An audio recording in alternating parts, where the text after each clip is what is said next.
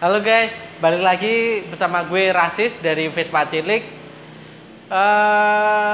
Untuk vlog kedua gue, kita mau bahas tentang tips-tips bagaimana cara memilih Vespa yang baik untuk kita. Dengan kata lain, kalau mau yang beli Vespa baru, kita harus mengerti dulu apa yang mau kita beli. Oke, langsung aja kita masuk ke tips-tipsnya. Check it out.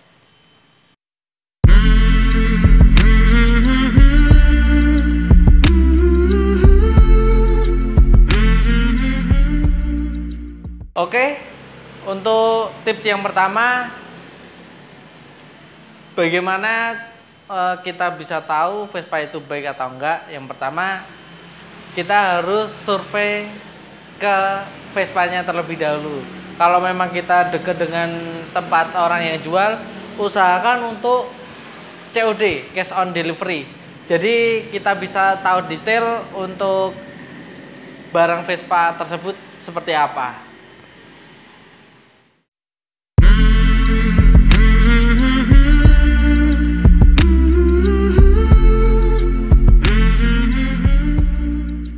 Oke, kalau semisal kita udah COD, ada beberapa tips yang harus dipikirin oleh skuteris yang mau beli Vespa. Yang pertama, cek surat kelengkapan. Jadi begini, di Vespa memang tidak melulu harus pajak on, tapi usahakan surat yang ada di Vespa tersebut komplit. Setidaknya kalau memang tidak ada STNK, yang penting ada BPKB-nya. Jadi ketika BPKB ada, itu masih bisa diurus untuk STNK-nya. Kalau semisal STNK saja, itu tidak bisa diurus di kantor kepolisian. Jadi usahakan untuk surat minimal pakai BPKB. Untuk tips berikutnya ketika kita COD, yaitu kita lihat perlengkapannya. Jadi part-part yang nempel itu apakah ori atau tidak. Jadi kalau untuk part original biasanya menunjang untuk harga dan kualitas barang yang akan kita beli. Berikutnya ketika kita COD, usahakan utamanya adalah kita ngecek untuk permasalahan mesin. Karena di mesin tersebut bisa dikatakan Vespa itu baik atau tidaknya, kita harus menaiki. Jadi ketika kita COD, kita ngecek kelengkapan mesinnya seperti apa, apakah ada rembesan oli, rembesan bensin, cek sedetail mungkin. Minta si pembeli untuk membuka blok mesin, bukan blok mesin tapi tepung tutup mesin. Jadi di dalam tersebut kita bisa lihat ada karbu, ada kipas manit dan sebagainya. Kita bisa ngecek, habis itu kita coba untuk jalan-jalan bentar. Di situ kita bisa menilai apakah itu Vespa bagus atau tidak.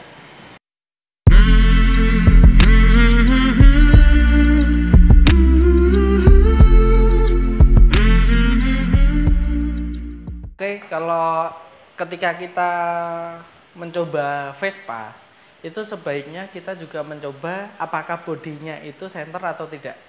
Jadi ketika kita mencoba untuk apakah mesinnya baik, usahakan ketika jalan datar lepas tang. Jadi ketika lepas tang dengan kita lepas tang bodi anteng, itu tandanya bodi center. Kenapa harus utama bodi center?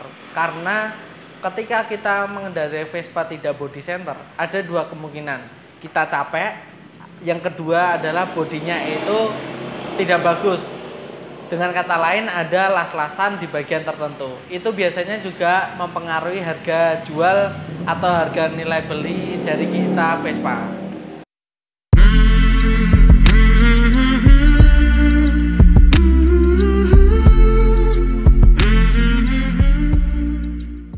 Oke, ini adalah mungkin buat kalian yang mau beli mau beli Vespa yang tingkat harganya lumayan. Menurut saya harus benar-benar perinci untuk detail cat, detail perintilan, detail surat-surat. Untuk Vespa yang original, itu yang harus diperhatikan adalah cat terutama.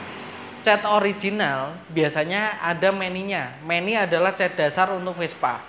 Itu biasanya kalau warna biru ya, biru pada PTS itu meninya merah. Untuk biru biasanya meninya coklat. Hal-hal tersebut harus diperhatikan karena kita tidak membeli barang yang murahan. Jadi cat usahakan dilihat detail bagian dek apakah ada las-lasan, di bagian tepong-tepong apakah ada las-lasan, karena biasanya kalau untuk Vespa original itu karena sering memakai sesuatu yang lama, biasanya juga harus memperhatikan cat-cat untuk yang lainnya.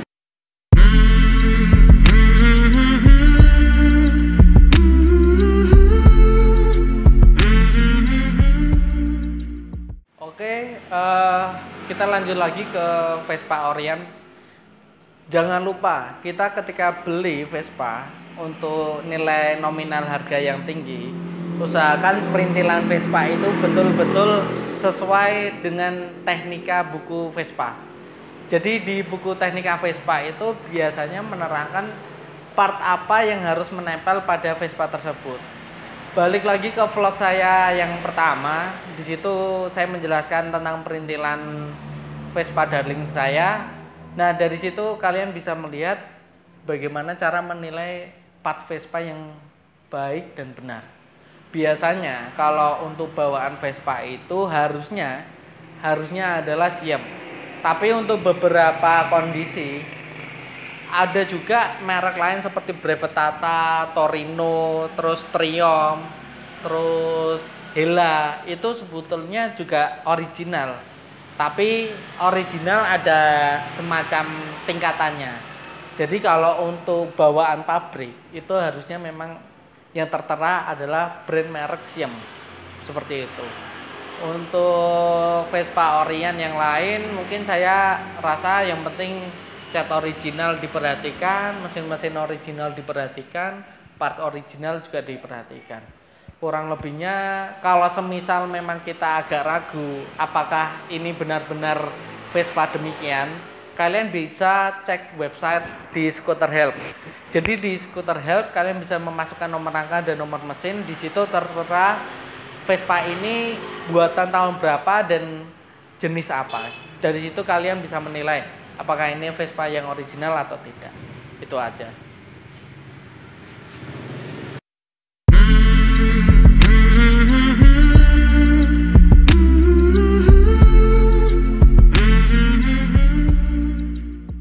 Untuk tips berikutnya, kalau untuk body, menurut saya itu relatif sih. Kita bisa menilai body itu bagus atau tidak, itu masing-masing individual. Menurut saya bagus itu body, belum tentu di Anda semua juga bagus. Jadi lebih balikin ke tes nilai masing-masing dari kita. Kalau kita merasa bodinya bagus, catnya bagus, silakan kita ambil. Tapi ingat satu hal, minta ibaratnya tanya kepada pembeli, body ini aslinya ada las-lasan di bagian mana saja. Jadi kita bisa melihat nantinya kita harus memperbaikinya di mana saja. Itu terus selanjutnya kita masuk ke surat-surat. Jadi gini, surat-surat itu harus akur dengan nomor rangka dan nomor mesin. Kalau kita ada surat-surat tapi nomor rangka nomor mesin itu tidak akur, sama saja. Jadi usahakan nomor rangka dan nomor mesin itu akur dan jelas. Di banyak small frame PTS terutama, itu banyak juga yang ada nomor rangkanya itu sudah aus. Di situ hati-hati. Untuk kalian yang mau beli Vespa, itu usahakan harus nomor rangka jelas. Jadi ketika kita mau buat pajak hidup, itu nomor rangka harus jelas. Karena kalau ketika aus nomor rangkanya, itu biasanya ditolak oleh kepolisian. Jadi nomor rangka, surat, body center, mesin, body, kelengkapan udah terpenuhi, silakan transaksi. Jangan lupa untuk terakhir kalinya, kalau memang dirasa semua udah cocok, udah bagus, untuk nego dengan pembeli itu sangat penting. Jadi di pasar harus ada interaksi antara penjual dan pembeli. Kalau kita merasa itu masih mahal, silakan dinego. Buat pembeli, buat penjual, ya harus menerima nego juga. Karena di situ kita bisa membangun sebuah persaudaraan karena harga cocok. Jadi untuk tips-tips membeli Vespa, saya rasa itu aja. Kurang lebihnya kalau misal kalian masih bingung apa yang harus diperhatikan ketika beli, bisa calling saya di Vespa Cilik, Instagram kita ada, atau di web Facebook juga ada. Mungkin itu aja dari saya. Nantikan vlog ketiga dan semoga vlog ini bermanfaat untuk kalian semua. Jangan lupa subscribe dan like video kita di Vespa Cilik. Thank you. Saya Rasis dari Vespa Cilik. Goodbye.